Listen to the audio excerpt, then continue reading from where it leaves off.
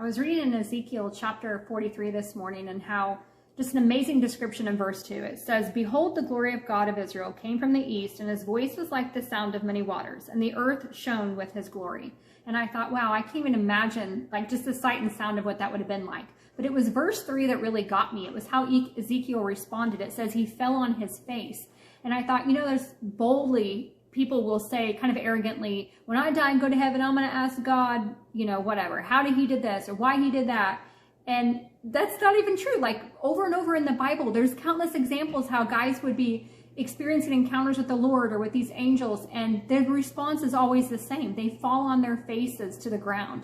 Abraham in Genesis 18, the Lord comes to him with the 3 visitors. He bows himself to the earth.